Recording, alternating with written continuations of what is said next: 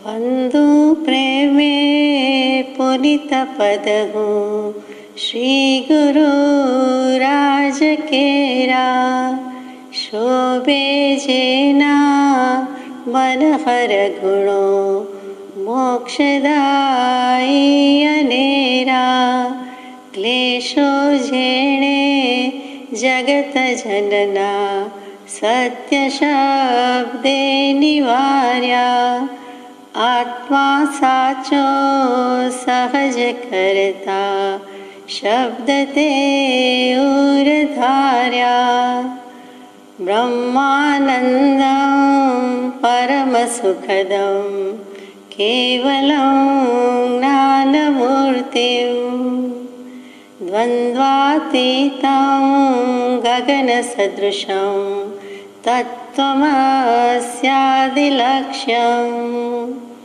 एकं नित्यं विमलमचलं सर्वदा साक्षिभूतं भावातीतं त्रिगुणरहितं सद्गुरुं तं नमामि।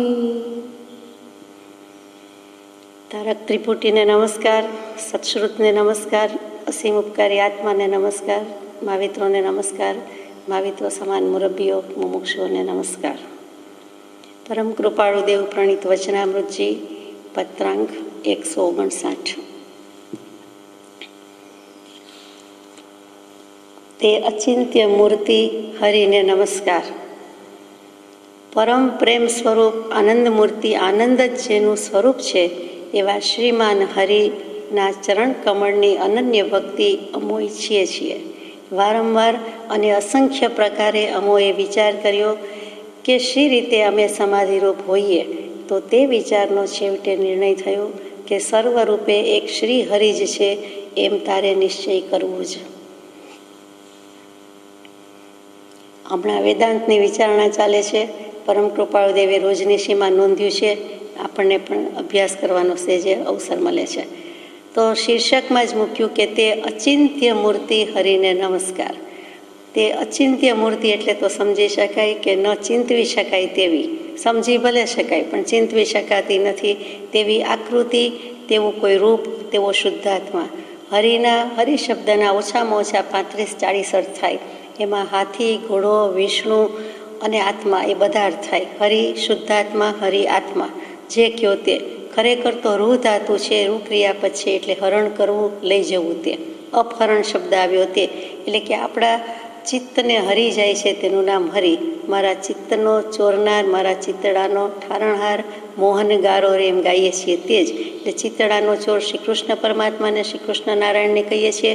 એવી રીતે આપણે કૃપાદેવને કહીએ છીએ। તે જે કહીએ છીએ તે તો કે અચિંત્ય મૂર્તિ હરિને નમસ્કાર, એટલે કે ન ચિંતવી શકાય એવું જેનું શુદ્ધ સ્વરૂપ છે, એટલું બધું શુદ્ધ છે, એવું છે કે આપણી કલ્પનામાં લક્ષ્યમાં આવતું નથી, અલખ અગોચર કહીએ છીએ। તે અચિંત્ય મૂર્તિ હરિને નમસ્કાર, એટલે કે પરમાત્માને નમસ્કાર કેવું છે, શુદ્ધાત્માને નમસ્કાર કેવો છે, પણ લખવાની શૈલી કેવી કે તે અચિંત્ય મૂર્તિ હરિને નમસ્કાર। તે તો આવ્યું જ, એમનેમ પરમાત્માને કે હરિને નમસ્કાર નહીં, તે અચિંત્ય મૂર્તિ હરિને નમસ્કાર। હું નહીં, તું નહીં, મારું નહીં, તારું નહીં, અહમત્વ મમત્વ જેણે મિટાવી દીધું છે એવો ન ચિંતવી શકાય તેવો પદાર્થ, શુદ્ધાત્મ દ્રવ્ય, તેને નમસ્કાર। હરિ કહેતા વિષ્ણુ, હરિ કહેતા નારાયણ, હરિ કહેતા કેવલ જ્ઞાની ભગવંત, હરિ કહેતા કોઈ પણ ભગવાન, સિદ્ધ ભગવાન। ચિંતવી નથી શકાતું એટલે નિરંજન નિરાકાર એવા સિદ્ધ સ્વરૂપને નમસ્કાર કર્યા છે, એટલે કે સંપૂર્ણ શુદ્ધાત્મ દ્રવ્યને નમસ્કાર કર્યા છે। પરમ પ્રેમ સ્વરૂપ આનંદ મૂર્તિ આનંદ જ જેનું સ્વરૂપ છે। આત્માનું સ્વરૂપ બીજું કાંઈ છે જ નહીં, એનું મૂળ સ્વરૂપ, મૂળ સ્વભાવ આનંદ, આનંદ ને આનંદ છે। આત્માનું વિશેષણ કે પર્યાય શબ્દ જ થઈ ગયો છે કે સચ્ચિદાનંદ સ્વરૂપ, સચ્ચિદાનંદ આત્મા। એટલે સચ્ચિદાનંદ સ્વરૂપ છે તે કેવલ જ્ઞાની છે એમ નથી, એ તો છે જ, સંપૂર્ણ પ્રગટાવ્યું છે। આપણે પોતે કોઈ પણ બહિરાત્મા, કોઈ પણ જીવજંતુ, કોઈ પણ આત્મા એમ કહી શકે કે હું પણ સચ્ચિત આનંદ સ્વરૂપ છું। નિગોદનો જીવ બોલી નથી શકતો, વિચારી નથી શકતો, બાકી એ પણ કહી શકે કે મારામાં પણ સચ્ચિદાનંદમયતા છે। કેમ કે આત્મા કીધો, જીવત્વ કીધું, ઉપયોગ લક્ષણ કહ્યું, એટલે એને સત, ચિત્ત અને આનંદ તો કહેવું જ પડે। એને ભલે પારાવાર દુઃખ છે, અવ્યક્ત દુઃખ છે, પારાવાર એટલે કહી ન શકાય તેટલું દુઃખ છે. એનું નામ અવ્યક્ત દુઃખ. જીનાગમમાં એને સંજ્ઞા આપી છે કે નિગોદનું દુઃખ કેવું, તો કે અવ્યક્ત દુઃખ. તો અહીંયા તો આનંદ મૂર્તિ આત્માની જ વાત છે કે પરમ પ્રેમ સ્વરૂપ છે. એક તો ભક્તિ લખી, નારદ ભક્તિ સૂત્ર લખ્યું તો નારદજીએ લખ્યું કે પરમ ભક્તિ સ્વરૂપા સા પ્રેમ સ્વરૂપા ભક્તિ ગરીયસી. ભક્તિ જ શ્રેષ્ઠમાં શ્રેષ્ઠ પદાર્થ છે, એનાથી જ મોક્ષ મળે છે અને તે સંપૂર્ણ પ્રેમ સ્વરૂપ છે, સંપૂર્ણ આનંદ સ્વરૂપ છે. અને એ આનંદ સ્વરૂપ ભક્તિને કીધો, એ ભક્તિ કરનારો કોણ, તો કે આત્મા પોતે. એટલે તે પદ આનંદ સ્વરૂપ હોય એમાં નવાઈ નથી. જો આત્માની કરેલી ભક્તિ એટલી આનંદ સ્વરૂપા પ્રેમ સ્વરૂપા કહેવાતી હોય, તો આત્મા ખુદા પોતે તો આનંદ સ્વરૂપ પ્રેમાસ્પદ હોય ને હોય જ. આમ પણ આત્માને આત્મા જ સૌથી શ્રેષ્ઠ છે, પ્રિય છે અને પ્રિય લાગે છે. કોઈ માને કે ન માને, પોતાને પોતે પહેલો વાલો છે. આપણે વ્યવહારમાં કહીએ છીએ કે જીવને જીવ તો વાલો જ છે, જીવ બચાવવા શું નથી કરતો. એ જ વસ્તુ અહીંયા છે કે આત્માને આત્મા સૌથી વધુ પ્રિય છે. એવો પરમ પ્રેમ સ્વરૂપ, એવા આનંદની મૂર્તિ અને આનંદ જ જેનું સ્વરૂપ છે. એટલે ગમે ત્યાંથી આનંદનો કંદ કહીએ છીએ તે કે કંદમૂળ કોઈ પણ પડ્યું હોય, ક્યાંય જોયું હોય તો એની મેળે પણ ફૂટ્યા કરે, અંકુરા ફૂટ્યા કરે. કોઈ પણ એંગલથી કોઈ પણ જગ્યાએ એમાંથી કંદ ફૂટી જાય, અંકુર ફૂટી જાય છે. તો એવી જ રીતે ઉપશમ રસનો કે આનંદનો કંદ જ છે તે આત્માનું સ્વરૂપ છે, બીજા કોઈનું નથી. જેનું સ્વરૂપ છે, આત્મા શબ્દ લખે નહીં, લખે તો કૃપાળુદેવની. અહીંયા જેનું સ્વરૂપ છે એવો કોણ, તો કે શ્રીમાન હરિ. એટલે કેવલ જ્ઞાની કે સિદ્ધ ભગવાન હરિ એ તો પ્રગટાવી છે દશા, એટલે હોય જ, એમાં નવાઈ નથી. પણ પોતાનો શુદ્ધાત્મા એને પણ કહી દીધું છે કે એવું આત્માનું સ્વરૂપ છે. જેવું સિદ્ધનું સ્વરૂપ છે એવું જ મારું આત્માનું શુદ્ધ સ્વરૂપ છે. તો અહીંયા તો એવા શ્રીમાન હરિના ચરણ કમળની અન્ય ભક્તિ અમે ઈચ્છીએ છીએ. એટલે એવા જે કોઈ થઈ ગયા છે અથવા તો થઈ રહ્યા છે તે બધા જ હરિના ચરણ કમળની અનન્ય ભક્તિ ઈચ્છીએ છીએ. કૃપાળુદેવ પોતે પોતાના માટે જ લખી રહ્યા છે એમ સમજાય છે. ભલે હરિનું સંબોધન લખ્યું છે, પણ આપણે તો સમજવાનું છે કે સદગુરુના સત્પુરુષના ચરણ કમળની અનન્ય ભક્તિ, પછી અનન્ય ભક્તિ લખી છે.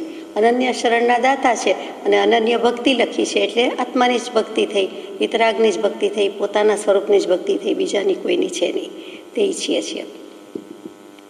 194-95 પત્ર હવે આવવાનું છે. એમાં પણ કહે છે કે ભાવ અપ્રતિબદ્ધતાથી નિરંતર વિચરે છે એવા સત્પુરુષો અને તેના ચરણારવિંદ, તેના પ્રત્યે અચળ પ્રેમ અને સમ્યક પ્રતીતિ આવ્યા વિના શું થતું નથી?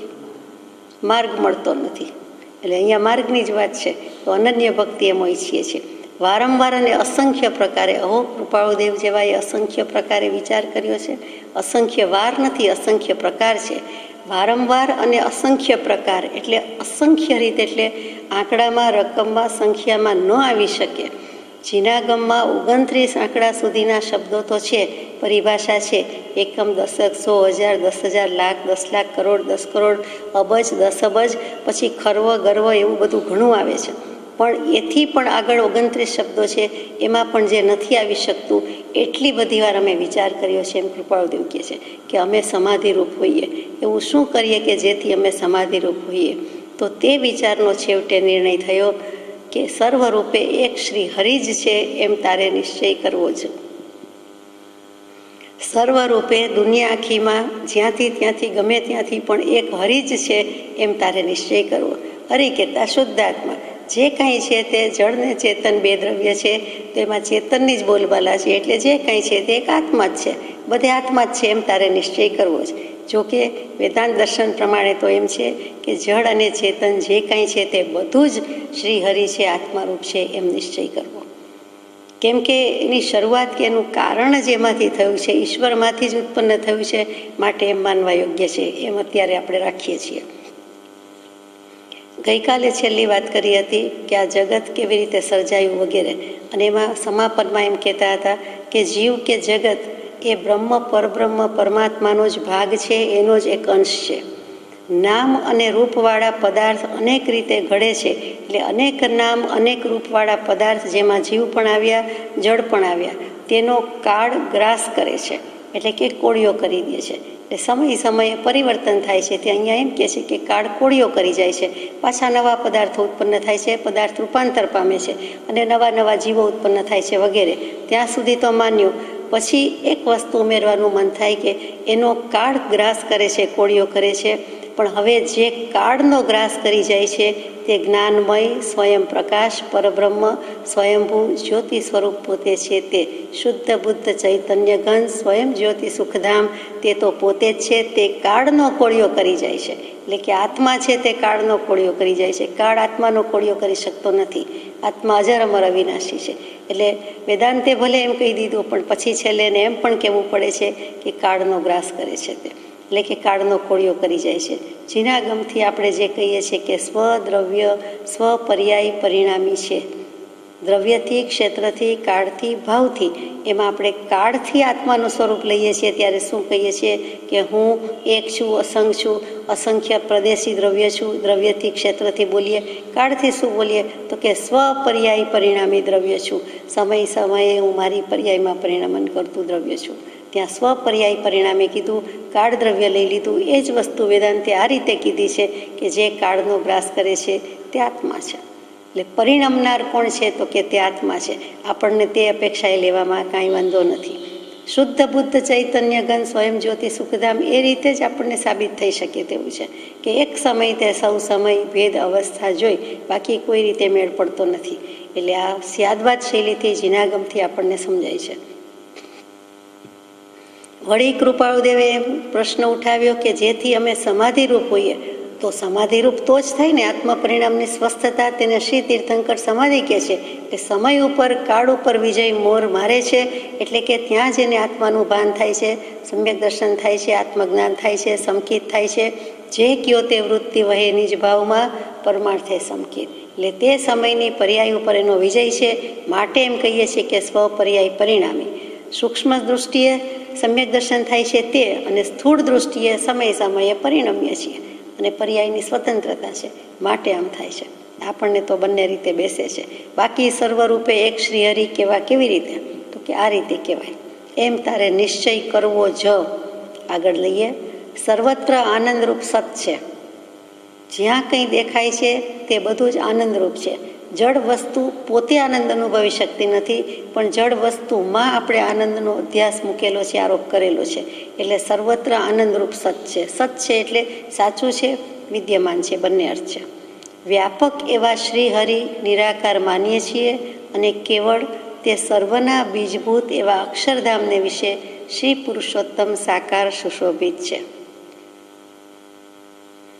વ્યાપક એવા શ્રી હરિ નિરાકાર માનીએ છીએ, પોતે જ લખે છે અહીંયા કે હરિને નિરાકાર કહી દીધા, સાકાર પછી કીધા છે. પહેલાં નિરાકાર કહ્યા. નિરંજન નિરાકાર એવા સિદ્ધ સ્વરૂપ સિદ્ધાર્થમાં થઈ ગયા છે. એ સર્વવ્યાપક છે. 14 રાજલોકમાં એમનું જ્ઞાન ઘનીભૂત છે, વ્યાપેલું છે. એ રીતે વ્યાપક એવા શ્રી હરિ નિરાકાર માનીએ છીએ, અને કેવળ તે સર્વના બીજભૂત એવા અક્ષરધામને વિશે શ્રી પુરુષોત્તમ સાકાર સુશોભિત છે. તો સર્વનું બીજભૂત એવું અક્ષરધામ શું તો કે આપણે અક્ષર વિશે તો ગઈકાલે વાત કરી હતી કે અક્ષર એટલે બ્રહ્મ કેવું છે, બ્રહ્મ એટલે આત્મા કેવું છે. તો અહીંયા પણ આત્મા, આત્માનું ધામ, આત્મા ક્યાં રહે છે તો જેના ગમથી અસંખ્યાત આત્મા પ્રદેશમાં રહે છે.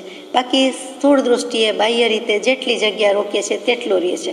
એથી વ્યવહાર જગતમાં પડીએ તો આ ગામમાં, આ શહેરમાં, આ ઘરમાં, આ સમાજમાં વગેરેમાં રહે છે.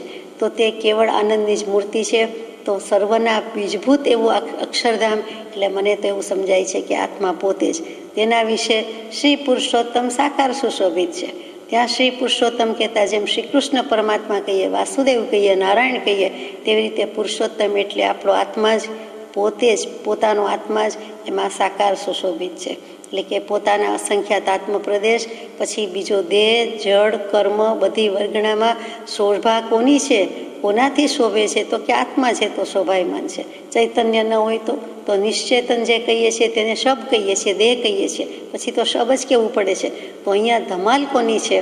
રમ્ય, ભવ્ય, દિવ્ય કોણ છે? આત્મા છે. એને કારણે જીવની આત્માની પોતાની ઉપયોગ લક્ષણથી સનાતન સ્ફૂર્તિ સત્તા હોવાથી આ બધું બોલબાલાને ધામધૂમ છે. જીવતો જીવ ન હોય તો એની કોઈ કિંમત નથી. એટલે એવો શ્રી પુરુષોત્તમ એટલે જીવતો જાગતો જીવ જે સાકાર સુશોભિત છે. દરેક આત્મામાં જે આકાર લઈને ઉભેલો છે, રહેલો છે, તે સુશોભિત છે. એટલે અક્ષરધામ એટલે બીજું કોઈ અક્ષરધામ કેવું નથી, પણ અક્ષરધામને વિશે એટલે પોતાના જ આત્માના વિશે પોતે જ રહેલો છે. શ્રી પુરુષોત્તમ લખે છે. આપણામાં કંઈ ગુણ નથી, અનંત ગુણ રહેલા છે, અનંત શક્તિનો પિંડ છે, તો લેખવું જ પડે ને. ક્યાં જાય? શ્રી પુરુષોત્તમ, ઉત્તમ એવી જ્ઞાન ચેતનાનો સ્વામી થાય ત્યારે સાચો પુરુષ ને સાચો પુરુષોત્તમ એ થવાની શક્યતા તો આમાં જ રહેલી છે ને, દેહમાં જ રહેલી છે ને, આત્મામાં જ રહેલી છે ને. દેહ સહિત આત્મામાં સાકાર લખ્યું છે. એકલો આત્મા હોય, નિરાકાર હોય, એ તો સિદ્ધાત્મા થયા. તો જ્યાં સુધી સાકાર છે, રૂપ છે, નામ છે, ઘાટ છે, ત્યાં સુધી સહયોગીપણું થયું. તો સહયોગી જીનને કેવું હોય તોય આપણને વાંધો નથી કે તેવા શ્રી પુરુષોત્તમ હજુ તો દેહમાં દેહાતીત દશા હોવા છતાં પણ દેહમાં વિરાજમાન છે. જ્યાં સુધી 4 અઘાતી કર્મોનો ક્ષય કર્યો નથી ત્યાં સુધી સહયોગીપણામાં વિચરવું પડે છે. તો ત્યાં શ્રી પુરુષોત્તમ સાકાર સુશોભિત છે. કેવલ જ્ઞાની ભગવંત બિરાજે છે એની ના નથી. અને પોતાના આત્મા પર ઘટાવાનું આવે. નિજ અને જીન, જીન અને નિજમાં કંઈ બહુ ભેદ નથી. આમ ઘણો બધો છે ને, આમ લખવા બોલવામાં બહુ નથી. તો જીન સ્વરૂપ છે એ જ નિજ સ્વરૂપ છે, એટલે પોતે પોતાના ઉપર પણ ઘટાવી શકાય તેવું છે. સર્વનું બીજભૂત કીધું છે, તો બીજ તો એ જ છે ને આત્મા, બીજું શું છે? જળને ચેતન પદાર્થ ઈશ્વરે બનાવ્યા, તો જળ પદાર્થને સુશોભિત કેવી રીતે કહેવું? તો કે જળ પદાર્થ જગતની વચ્ચે વસેલો, ઘરની વસ્તુ વચ્ચે રહેલો, જ્યાં બેઠો હોય, જ્યાં રહેતો હોય ત્યાં એ બધો બિરાજમાન શોભા કોની છે? ચૈતન્યની છે. એટલે ત્યાં તો આપણને શાશ્વત મૂર્તિ એવા આત્માની જ વાત લાગે છે. Excuse me. પછી આગળ જઈએ. કેવળ તે આનંદની જ મૂર્તિ છે. તો જળને કંઈ આનંદ છે? આવી ગયું કે સચ્ચિદાનંદ સ્વરૂપ જળ એવું ગઈકાલે મૂક્યું કે એમાં આનંદ તિરોભાવે રાખેલ છે. અને જીવ એ જળમાં આનંદ શોધવા જાય છે. આવિર્ભાવ અને તિરોભાવ નામની 2 શક્તિ. આવિર્ભાવ એટલે પ્રગટ છે, પ્રાગટ્ય છે, અવતાર પામી ચૂકી છે, જન્મ પામી ચૂક્યું છે તે. તિરોભાવ એટલે છુપાઈને, ઢંકાઈને, ગુપ્તપણે, અદૃશ્યપણે અથવા નાશ થઈ ગયો છે તે. એટલે આવિર્ભાવ તિરોભાવની શક્તિનું પણ અહીંયા આપણને દૃષ્ટાંત મળ્યું કે કેવળ તે આનંદની જ મૂર્તિ છે. એટલે હજુ એ સ્પષ્ટતા નથી કરી. આપણે લઈને બેઠા છીએ કે ચેતનની વાત છે, આત્માની વાત છે. એ તો લખનાર એમ પણ લખે કે જળમાં પણ આનંદ, પણ તિરોભાવે રહેલો છે. તિરોભાવનું કામ શું છે? નહીં, દેખાતો નથી, અનુભવી શકે નહીં, અને અનુભવનાર તો પોતે આત્મા જ છે. એટલે આપણે એમ રાખીએ કે કેવળ તે આનંદની મૂર્તિ છે. આનંદ માનંદ કરમ પ્રસન્નમ જ્ઞાન સ્વરૂપમ નિજબોધ રૂપમ યોગીન્દ્ર મીટ્યમ ભવરોગ વૈદ્યમ શ્રીમદ ગુરુમ નિત્યમહમ નમામી. તો અહીંયા આનંદ પોતે આનંદ સ્વરૂપ છે, એટલે બીજાને પણ આનંદરૂપ કરી શકે છે. તેવું જેનું સ્વરૂપ છે તે બીજું કોઈ નથી. પોતાને પોતાનો બોધ થવાથી થાય છે. એ પોતું બીજું કોઈ નથી. આત્મરામ આત્મા જ છે. અક્ષરધામ સામે આપણે આત્મરામ રાખીએ છીએ. કેવળ તે આનંદની જ મૂર્તિ છે. માત્ર એનામાંથી આનંદ જ છે. એ જ્યાં સુધી એને પ્રગટ્યો નથી, પામ્યો નથી. એટલે જેને પામ્યો, પ્રગટ્યો છે તેવા કેવલ જ્ઞાની ભગવંત, આત્મજ્ઞાની ભગવંત, એને આપણે કહીએ છીએ કે તે આનંદની મૂર્તિ છે. જીન ભગવંત આનંદની મૂર્તિ છે. હકીકતમાં જેણે પણ આત્મા જાણ્યો તે આત્મા આનંદની મૂર્તિ છે. અને એથી વિશેષ કેવું હોય તો સર્વ જીવ છે સિદ્ધ સમ, જે સમજે તે થાય. એટલે આત્માનું સ્વરૂપ આનંદ સ્વરૂપ તો છે જ. પોતે લે કે ન લે, પોતાની પાસે ગુણ છે તેમ આનંદ પણ છે. પ્રગટાવે તો આનંદ સ્વરૂપ પ્રાપ્ત થયું કહેવાય, ન તો થયું નથી, પણ રહેલું છે. મૂર્તિ શબ્દ કરીને અર્થ કરી છે કે જ્યાંથી ત્યાંથી મૂર્તપણે એ આનંદ, આનંદ અને આનંદ જ છે. આત્માનું જ સુખ હોવાથી, આત્મામાં જ સુખી હોવાથી બીજા કોઈ સુખ આનંદની પડી જ નથી, પરવા જ નથી. એટલા માટે પણ એને મૂર્તિ કહેવાય કે મૂર્તિમાન મોક્ષ તે સત્પુરુષ છે. મૂર્ત છે, પ્રગટ છે, આપણે કહીએ છલકે છે, નિતરે છે. રૂપનો અંબાર, તેજનો અંબાર, અહીંયા જ્ઞાનનો અંબાર, અને એથી વિશેષ આનંદનો અંબાર છે. ક્યાંય રૂપના અંબાર સિવાય સાંભળ્યું નહીં હોય આપણે પણ તેજનો અંબાર કેવું હોય, એટલે જ્ઞાનનો અંબાર કેવું છે, પ્રકાશનો અંબાર કેવું છે, તેનું નામ આ મૂર્તિ છે. આનંદની મૂર્તિ છે, આનંદનો અંબાર છે. સર્વ સત્તાની બીજભૂત તે શાશ્વત મૂર્તિને ફરી ફરી અમે જોવા તલસીએ છીએ. કૃપાળદેવ લખે સર્વ સત્તાની બીજભૂત તે શાશ્વત મૂર્તિ. સર્વ સત્તા શું? આમ તો સત્તા એટલે આપણે જાણે હકુમત, અધિકાર, અમલ, શાસન, એ સત્તાનો અર્થ કરીએ છીએ. સત અસ્તિત્વ, આત્મા અસ્તિત્વ ધરાવે છે અને પોતાની સ્વતંત્રતા પોતાની પાસે જ છે. પોતાનું ભાવ સ્વાતંત્ર્ય પોતાની પાસે છે. દરેક દ્રવ્ય ગુણ પર્યાય પણ સ્વતંત્ર છે. આ બધી જ સ્વતંત્ર અને અસ્તિત્વ હોવાથી, સત હોવાથી એને સત્તા કહ્યું જાય છે. પોતાની પાસે છે અને એનું એ હુંપણાનું, હોવાપણાનું અભિમાન રાખે છે, તેનું નામ સત્તા. બીજું કંઈ સત્તા નથી. પાવરની વાત આ રીતે જ છે. અને એ સત્તાના વેદાંત દર્શનથી 3 પ્રકાર મૂક્યા છે: પારમાર્થિક સત્તા, વ્યવહારિક સત્તા અને પ્રાતિભાષિક સત્તા. પારમાર્થિક સત્તા એટલે આપણે જે આત્મા સ્વરૂપ છે ને આત્માને પ્રાપ્ત કરવો જોઈએ, મોક્ષ લેવો જોઈએ, તે બધો નિશ્ચય કે પરમાર્થ કે મોક્ષની વાત છે તે પારમાર્થિક સત્તા છે. એટલે કે ત્યાં આત્માની સત્તા જ આવી. પછી વ્યવહારિક સત્તા શું છે? તો કે જે બધું આ જગત દેખાય છે, ઘર વ્યવહાર સમાજ સંસાર દેખાય છે, બધા ભેદ પ્રભેદ દેખાય છે, જે કાંઈ આપણે ડીલ કરીએ છીએ, કન્સર્ન છે, નિસ્બત છે, તે બધો જ વ્યવહાર છે. ત્રીજી સત્તા પ્રાતિભાષિક સત્તા. તો પ્રાતિભાષિક સત્તા એટલે બીજું કાંઈ નહીં પણ કલ્પના છે નહીં અને માનવું. કાંઈ દેખીતી રીતે અસ્તિત્વ નથી તેમ છતાં માનવું. માયાનું ખરેખર અસ્તિત્વ જ નથી. જે નથી તેનું નામ માયા. માં નથી યા જે નથી તે, જે નથી છતાં માનવું તેનું નામ માયા.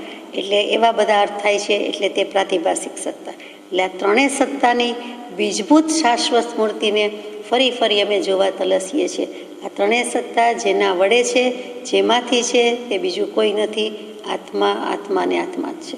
અને તે આત્માને અમે જોવા તલસીએ છીએ. તે શાશ્વત મૂર્તિ છે. આત્મા અજર અમર અવિનાશી છે. એટલે શાશ્વતપણું છે. બહિરાત્માપણું શાશ્વત, અંતરાત્માપણું શાશ્વત કે પરમાત્માપણું શાશ્વત.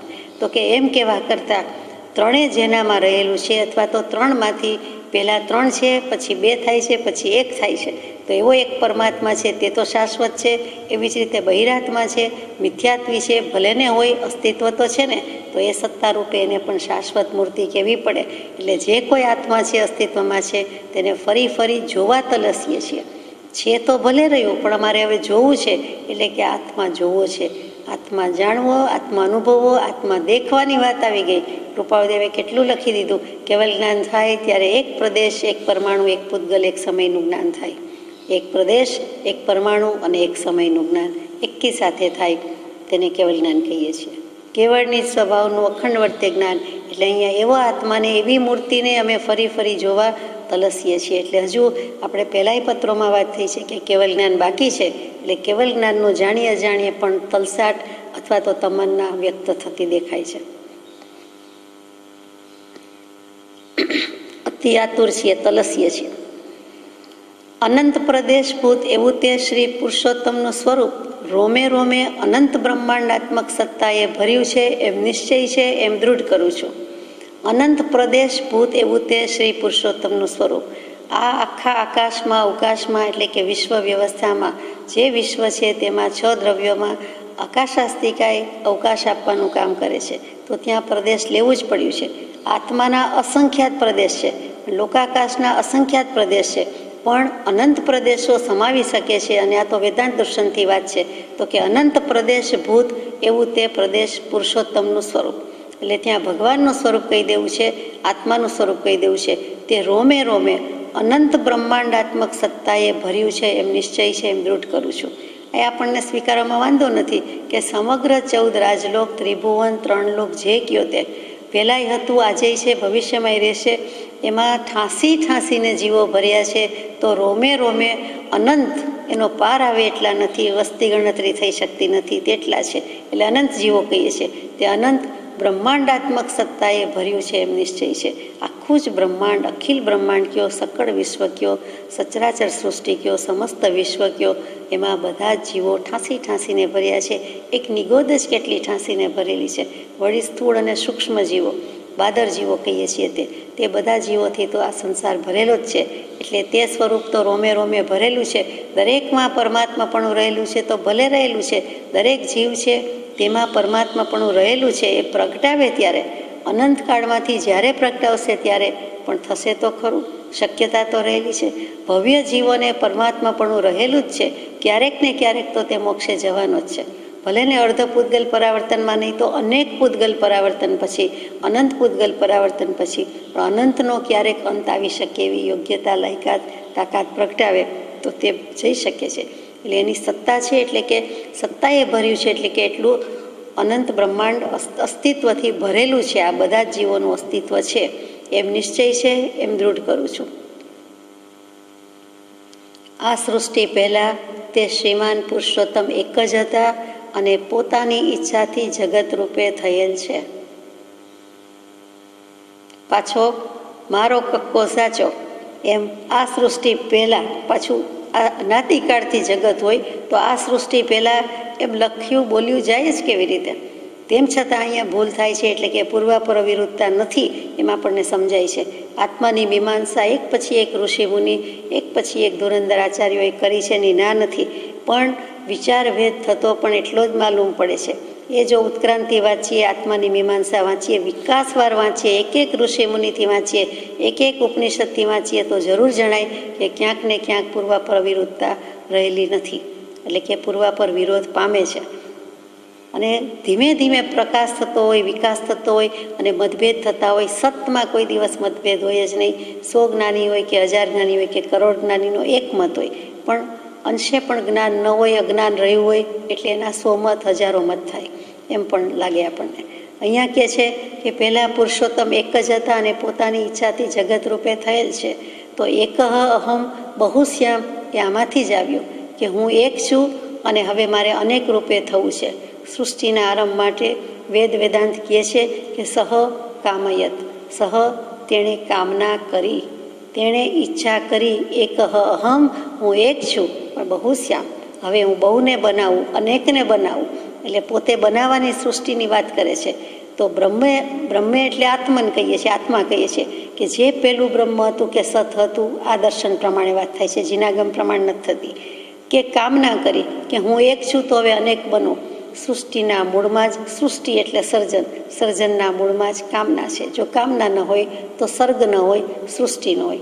સ્વર્ગ નથી કહેતી, સર્ગ કહું છું, એટલે કે સર્જન ન હોય. સૃષ્ટિ ઉપર વિજય મેળવવો હોય તો કામનાને જીતવી, પણ તે નથી જીતી શક્યા. એટલે જે પહેલાં સત હતું તેણે કામના કરી કે હું એક છું પણ અનેકને બનાવું. અને જો કામનાનો વિજય કરવો એનો અર્થ શું થાય? તો કે પહેલાંની જે સ્થિતિ હતી તેમાં દાખલ થઈ જવું. એટલે કે પહેલાં આ કંઈ બધું બનાવ્યા પહેલાં કામના નહોતી ત્યારે શું હતું? તો કે ત્યારે બ્રાહ્મી સ્થિતિ હતી, સ્થિત પ્રજ્ઞતા હતી, ઐક્ય ભાવ હતો, એકત્વ ભાવ હતો. એવી દશાવાળો કામના કરે, સીધો જ સવાલ થાય. તેમ છતાં વેદાંત એમ કહે છે કે તેમણે એવી કામના કરી, તે જીવે એવી કામના કરી, સહ કરીને રાખી દીધું છે, તેમણે એવી ઈચ્છા થઈ. તે પહેલાં કઈ સ્થિતિ હતી? તો કામના પહેલાં તે બ્રહ્મની બ્રાહ્મી સ્થિતિ હતી. કોઈ પણ દ્રવ્ય એક જ હોય, એકલો જ હોય તો શુદ્ધ જ હોય, એમાં સવાલ નથી. એકલો જ હતો એટલે શુદ્ધ જ હતો, સાચો જ હતો, ચોખ્ખો હતો, બ્રાહ્મી સ્થિતિ હતી. બ્રહ્મમાં એકાકાર વૃત્તિ હોય, પોતે જે કોઈને પોતાનામાં હોય, બીજું કાંઈ નહીં. તો જો એમ માનીએ તો પણ એને ઈચ્છા થઈ, હે ઈચ્છા દુઃખ મોલ જબ ઈચ્છા કા નાશ તબ મીટે અનાદિ ભૂલ. ઈચ્છા એનું જ નામ કામના, અને કામનામાંથી આ બધો સંસાર ઉત્પન્ન થયો. એટલે તે પહેલાં તો બ્રાહ્મી સ્થિતિ હતી, એકત્વ ભાવનાની સ્થિતિ હતી, પોતે એક જ હતો. પણ કામના ઈચ્છા થઈ એટલે દ્વૈત ભાવ પ્રગટ થયો. પોતે અને પોતાની ઈચ્છા, નિયતિ, મર્યાદા, એ બે વસ્તુ ભેગી થઈ એટલે સામ્ય ભાવ કે ઐક્ય ભાવ કે સ્થિત પ્રજ્ઞતાનો વિચ્છેદ થયો અને દ્વૈત ભાવ ગયો અને સામ્ય ભાવ ગયો. આ સામ્ય ભાવ કે એકત્વપણું ગયું એટલે કે દ્વૈત પ્રગટ્યું, બેપણાનો ભાવ આવ્યો. આપણને વ્યવહારમાં એ જ શીખવાડે છે, શીખી આવ્યા છીએ કે એક કડે એક, બગડે બે, એટલે કે બેથી બધું બગડે. નાનપણથી જ શીખવાડ્યું પણ આપણે સમજ્યા નહીં. શુદ્ધાત્મા છે તે શુદ્ધાત્મા જ છે. સિદ્ધાત્મા હોય તો કોઈ દિવસ આવું બને જ નહીં. દેહ અને આત્માનું કમ્પોઝિટ ફોર્મ, એટલે કે સિદ્ધ દશા સિવાયનું સંસારી દશાનું ફોર્મ એ લઈને તો આવ્યા, પહેલેથી જ એમ જન્મ્યા. પણ પછી શીખવાડ્યું તો એ સમજ્યા નહીં. હજી પણ આપણે સમજીએ છીએ એવું ક્યાં છે? બ્રહ્મ નિર્દોષ છે, બ્રહ્મ સમ છે. જે માયાના અને અજ્ઞાનના દોષથી મુક્ત બનીને જ્ઞાનમાં, સમતામાં, સામ્યમાં દાખલ થાય તેમણે જગતને જીત્યું અને તે બ્રહ્મનિષ્ઠ બન્યા. બાકીના બધા બંધાયા. વાત તો સીધી સાદી જ છે. માયા અને અજ્ઞાનના દોષથી મુક્ત બને તો જ્ઞાન તો પોતાની પાસે જ છે, એમાં જ રહેવાનું છે. આ જ વસ્તુને પતંજલિ ઋષિએ યોગ સૂત્ર લખ્યું છે, તેમાં મૂક્યું છે કે જે કાંઈ છે તે વૃત્તિ જ માથાકૂટ કરાવી જાય છે. જો વૃત્તિનો ક્ષય કરી દે તો એ મુક્ત જ છે. જે આત્મા છે, જે અક્ષરધામ કીધું છે, એટલે કે દ્રષ્ટા છે, અહીંયા આત્માની બદલે દ્રષ્ટા શબ્દ રાખે છે, તે વૃત્તિમય છે, તે મટી જાય અને સ્વરૂપમાં સ્થિતિ કરે તો બધી જ કડાકૂટ મટી જાય, એનું કામ પૂરું થઈ જાય. આખી મારામારી કે સંઘર્ષ આ વૃત્તિ અને આત્મા વચ્ચેનો છે અને તેમાંથી સ્વરૂપમાં સ્થિત થવાનું છે. પણ દૃષ્ટા આત્મા આપણો વૃત્તિથી પર થઈ શકતો નથી. પ્રત્યેક વૃત્તિની સાથે એકાકાર બની જાય છે તો બીજી ક્યાં વાત કરવી? તો ઉપાય મૂક્યો કે વૃત્તિઓનો નિરોધ કરવો, સ્વરૂપમાં સ્થિર થવું, અને ત્યારે તે સમાધિસ્થ કહેવાય. કૃપાળુદેવને આપણે જવાબ આપીએ છીએ કે અમે સમાધિરૂપ કેમ હોઈએ, તો આપણે જાણે એમને કહીએ છીએ કે પ્રભુ આપના જ બોધવચનથી કહીએ છીએ કે આવી રીતે સમાધિરૂપ થવાય, કે વૃત્તિઓનો ક્ષય કરવી, બાહ્ય વૃત્તિને આંતરવૃત્તિ, તો સ્વરૂપસ્થ થવાય, સમાધિસ્થ થવાય, એ બાકી થવાય નહીં. એ જ બ્રહ્મનિષ્ઠ, એ જ સ્થિતપ્રજ્ઞ, એ જ યોગી, આ બધી એકથી ચડિયાતી મોક્ષની યોગની શ્રેષ્ઠ ભૂમિકાઓ છે. આપણે વાત કરતા હતા એકમાંથી અનેક થવાની. છાંદોગ્ય ઉપનિષદ છે, એમાં એક સૂત્ર છે, શ્લોક છે કે સદૈવ સૌમ્ય ઇદમગ્ર આસિત એકમ એવ અદ્વિતીયમ. સૃષ્ટિની ઉત્પત્તિ પૂર્વે સજાતીય, વિજાતીય અને સ્વગત ભેદ રહિત એકમાત્ર સત જ હતું. પેલા એક જ હતો કે હતું, એ શું હતું? તો કે સૃષ્ટિની ઉત્પત્તિ પૂર્વે સજાતીય, વિજાતીય અને સ્વગત ભેદ વિનાનું એક સત હતું. તો સજાતીય ભેદ શું, વિજાતીય ભેદ શું, સ્વગત ભેદ શું?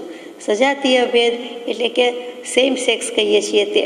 તો સજાતીય એક સરખી જાતિ, માનો કે વૃક્ષ અને વૃક્ષ, એક વૃક્ષ અને બીજું વૃક્ષ બંને તદ્દન જુદા છે, તો પણ એમાં વૃક્ષપણું કોમન છે, કે બંને ઝાડ તો કહેવાય જ, બંને વૃક્ષ તો કહેવાય જ. એવી રીતે બે પહાડ, એવી રીતે બે દરિયા, એવી રીતે બે ડુંગર, જે કયો તે, બે નદી, પણ કોઈ પણ બે વસ્તુ છે, પણ એમાં જાતિ પણ એ સરખું જ હોવાથી, બે ભાઈ, બે બેન, આ તો સરખામણીની વાત જ નથી, અત્યારે સમજવા માટે કરીએ છીએ. તો એમાં એ સજાતીય કે માણસ માત્ર, એવી રીતે માણસ તો છે, મનુષ્ય તો છે, ગમે તેવો હોય, ગમે તેટલો ભેદ હોય, પણ બેને મનુષ્ય કહેવાય, બેને દેવ કહેવાય. એવી રીતે જે સજાતીય ભેદ છે એવું પણ કંઈ હતો નહીં. વિજાતીય ભેદ શું? તો કે વૃક્ષ અને પર્વત, વૃક્ષ અને નદી, એ તદ્દન બે વસ્તુ જ જુદી થઈ ગઈ. તો એ બે વચ્ચે તો ભેદ હોય જ, બેનો તફાવત તો આપણે જાણીએ છીએ. કોઈ પણ બે વસ્તુ જુદી થઈ તો કે વિજાતીય રીતે જુદી થઈ, તેનું નામ વિજાતીય ભેદ. એમાં કોમન સબસ્ટન્સ કાંઈ નથી, વસ્તુ તરીકે અસ્તિત્વ છે એટલું જ, પણ વૃક્ષ જુદું, ઝાડ જુદું છે, આ બાજુ નદી, દરિયો, ડુંગર જે કયો તે જુદું છે. એવી કોઈ પણ બે વસ્તુ જુદી, તો તે વિજાતીય ભેદ છે. અને સ્વગત ભેદ શું છે? તો કે વૃક્ષ કહીએ એ વૃક્ષમાં ને વૃક્ષમાં સ્વ પોતે, ગત પોતાનામાં રહેલો ભેદ છે તે શું? તો કે થડ, ડાળી, મૂળ, ફળ, ફૂલ અને પાન. પંચાંગી વિવરણ કરીએ, મૂળ જવા દઈએ તો પંચાંગ કહેવાય. તો પાંચે પાંચ અંગ જુદા છે. થડ જુદું છે, ડાળી જુદી છે, ફળ, ફૂલ અને પાન દરેકના લક્ષણ જુદા છે, દરેકનો સ્વભાવ ભલે બંને બધા સાથે રહે છે, એકમાંથી બીજું થાય છે, તો પણ તે કહેવું પડે કે વસ્તુ તરીકે સ્વગત ભેદ રહેલો છે. કે થડને ડાળી નહીં કહેવાય, ડાળીને ફળ નહીં કહેવાય, ફળને ફૂલ નહીં કહેવાય, ફૂલને પાન નહીં કહેવાય, એ જે ભેદ રહેલો છે. તો પહેલાં એક સત જ હતું. હવે એક જ વસ્તુ હોય તો ભેદ ભાંગા આવે જ ક્યાંથી? છતાં જ્ઞાની પુરુષો આપણને બાંધી લે છે કે સાંભળી લ્યો, સમજી લ્યો કે ત્યારે સજાતીય ભેદ નહોતો, વિજાતીય ભેદ નહોતો, સ્વગત ભેદ નહોતો, જે કાંઈ હતું તે એકમાત્ર સત જ હતું. તો વાંધો ક્યાં પડ્યો? તો આપણને પ્રશ્ન થાય તો કે જીવની ઉપાધિ અવિદ્યા જીવોના કર્મો સહિત સૃષ્ટિની ઉત્પત્તિ પૂર્વે માયામાં લીન થઈને રહે છે. તો સૃષ્ટિની ઉત્પત્તિ નથી તો આ બધું માયામાં લીન થઈને રહે કેવી રીતે? એમ આપણને પ્રશ્ન થાય. તો લખે છે કે તો માયા સુષુપ્તિ વિશે અવિદ્યાની પેઠે બ્રહ્મથી જુદી ભાસતી નથી. આપણે કહીએ કે આત્મા માયા કરે છે, ખોટું બોલે છે, માયા કપટ કરે છે, છુપાવે છે વગેરે, તો શું માયા દેખાય છે? દેખાતી નથી. તો શું આત્માથી જુદી છે માયા? ત્યારે આત્માને આધારે કે આત્મામાં રહેલી છે. આપણે જીનાગમથી જાણીએ છીએ કે બધું જ જુદું છે, પણ વેદાંત દર્શન એમ માનતું નથી. એટલે કે છે એ બધું ભેગું હતું, એ કંઈ બ્રહ્મથી જુદી નથી. માટે સૃષ્ટિની ઉત્પત્તિ પહેલાં એક જ ફરી ફરી ઠોકીને કહે છે કે સચ્ચિદાનંદ બ્રહ્મ હતું. તો પણ માયા અને અવિદ્યા એ ક્યાં હતું? તો કે માયામાં લીન થઈને રહેતું હતું. ખરું છે. તે બ્રહ્મને સૃષ્ટિના આરંભમાં જીવોના પરિપક્વ થયેલા કર્મરૂપ નિમિત્તથી જીવોના ભોગ માટે એકોહમ બહુશ્યામ એવી ઈચ્છા થઈ. તે બ્રહ્માને નહીં, તે બ્રહ્મને સૃષ્ટિના આરંભમાં, એટલે હજી સૃષ્ટિ નિર્માણ થયું નથી તે પહેલાં એમ થયું કે જીવોના કેટલાય બધા જીવો તો બહાર પડ્યા હશે બીજે, તો કે એના પરિપક્વ થયેલા કર્મોના નિમિત્તથી તો જીવો તો થયા જ, એનું અસ્તિત્વ ક્યાંથી આવ્યું? પણ કર્મોને અહીંયા કારણભૂત કે અસ્તિત્વમાં લીધેલું છે, નિમિત્ત રૂપે લીધેલું છે. તેથી બ્રહ્મની માયામાં ક્ષોભ થયો. તો કે બધાયના કર્મો બંધાઈ ગયા છે, તો ભલે બધા હવે સુખ દુઃખ ભોગવે. એટલે જાણે દયા કરી અને પોતાની માયામાં ક્ષોભ થયો, ખળભળાટ થયો, અને એવી ઈચ્છા થઈ. ઈચ્છાથી જ ખળભળાટ થાય એ તો જાણીતી વાત છે. એટલે તરત જ બ્રહ્મની માયામાં ક્ષોભ થતાં પૃથ્વી, જલ, તેજ, વાયુ અને આકાશ એવા પંચ મહાભૂત બનાવ્યા અને શબ્દ, સ્પર્શ, રસ, ગંધ વગેરે ગુણ બનાવ્યા. આ પાયાની વાત છે. વેદાંત દર્શન કહે છે કે જગતમાં આ કેવી રીતે થયું? પહેલાં એક સત જ હતું, તો આ બધી વસ્તુ આવી ક્યાંથી? તો કે આવી ઈચ્છા થવાથી માયામાં ક્ષોભ થયો અને માયા બેને આ જાણે કે પંચ મહાભૂત રચ્યા. ખરેખર તો આજે એક તત્વ છે, સત તત્વ કહીએ છીએ, પરમાત્મા કહીએ છીએ, પરબ્રહ્મ કહીએ છીએ, એણે જ બનાવ્યું છે એમ કહેવું છે. એટલે પોતે પોતાનામાંથી પંચ મહાભૂત ઉત્પન્ન કર્યા એ આપણને કોઈ કાળે ગળે ન ઉતરે તેવી વાત છે. પણ આમાં લખ્યું છે, વેદાંત દર્શન સમજાવે, આપણે સમજવાનું છે. તેમની દૃષ્ટિથી, તેમના ચશ્માથી, તેમની નજરથી ઉકેલવાનું છે. એટલે પહેલાં પંચ મહાભૂત થયા, પછી આ 5 ગુણ બનાવ્યા. હવે પંચીકરણ આપ જાણો છો કે 5 ગુણ્યા 5 25 તત્વોની વાત છે. એના ઉપર તો આખું દર્શન રચાયું છે. તો 25 તત્વો હજી નથી થયા, પંચીકરણ નથી થયું. આ 5 ને 5 10 તત્વ થયા છે, એટલે કે અપંચીકૃત હતા. પછી સમષ્ટિ, વ્યષ્ટિરૂપ, સૂક્ષ્મ સૃષ્ટિ, સ્થૂળ સૃષ્ટિ વગેરે થઈ અને ઈશ્વરની ઈચ્છાથી તેનું પંચીકરણ થયું. ઈશ્વરની ઈચ્છાથી એટલે ઈશ્વરી કાયદો, નિયતિ, ભવિતવ્યતા, ગઈકાલે જ આપણે વિચાર્યું છે, પરમ દિવસે વિચાર્યું છે, તે દૈવ, પ્રારબ્ધ જે કયો તે. ઉદયની અપેક્ષાએ, નિમિત્તની અપેક્ષાએ એમ કહેવાય, ભાવની અપેક્ષા એમ કહેવાય, કાળની અપેક્ષાએ કાળ લબ્ધી કયો, તે બધું એક. એટલે ઈશ્વરી ઈચ્છા, ઈચ્છા એટલે રાગવાળી ઈચ્છા નથી કહેવી. ઈશ્વરી ઈચ્છા એટલે ઈશ્વરી નિયતિ જે કહીએ છીએ તે, તેમ બનનાર, તેમ ભવિતવ્યતા. એટલે તે ઈચ્છાથી આટલું થયું, પંચીકરણ થયું અને સમષ્ટિ, વ્યષ્ટિરૂપ, સ્થૂળ અને સૃષ્ટિ થઈ. તેમાં સમષ્ટિ સૃષ્ટિનું શું કહે છે? તો કે સમષ્ટિ સ્થૂળ છે, સૂક્ષ્મ છે, કારણ પ્રપંચ છે અને તેનું અભિમાની કોઈ તત્વ હોય તો તે ઈશ્વર છે. ત્યાં ઈશ્વરને અભિમાની કીધો છે. પરમાત્મા પરબ્રહ્મ જુદું છે, ઈશ્વર જુદી વસ્તુ છે. વેદાંત દર્શન પ્રમાણે ઈશ્વર જુદું છે. જીવ, ઈશ્વર, કુટસ્થ, બ્રહ્મ, પરબ્રહ્મ, પરમાત્મા બધામાં થોડો થોડો ભેદ, પણ પરબ્રહ્મ પરમાત્મા એક છે. જીવ ને શિવ જુદો છે, જીવને ઈશ્વર જુદો છે. તો અહીંયા ઈશ્વરને પણ ત્યાં અભિમાન, અહંકારવાળું કહી દીધું છે. આ સમષ્ટિ અપેક્ષાએ. વ્યષ્ટિ અપેક્ષાએ શું છે?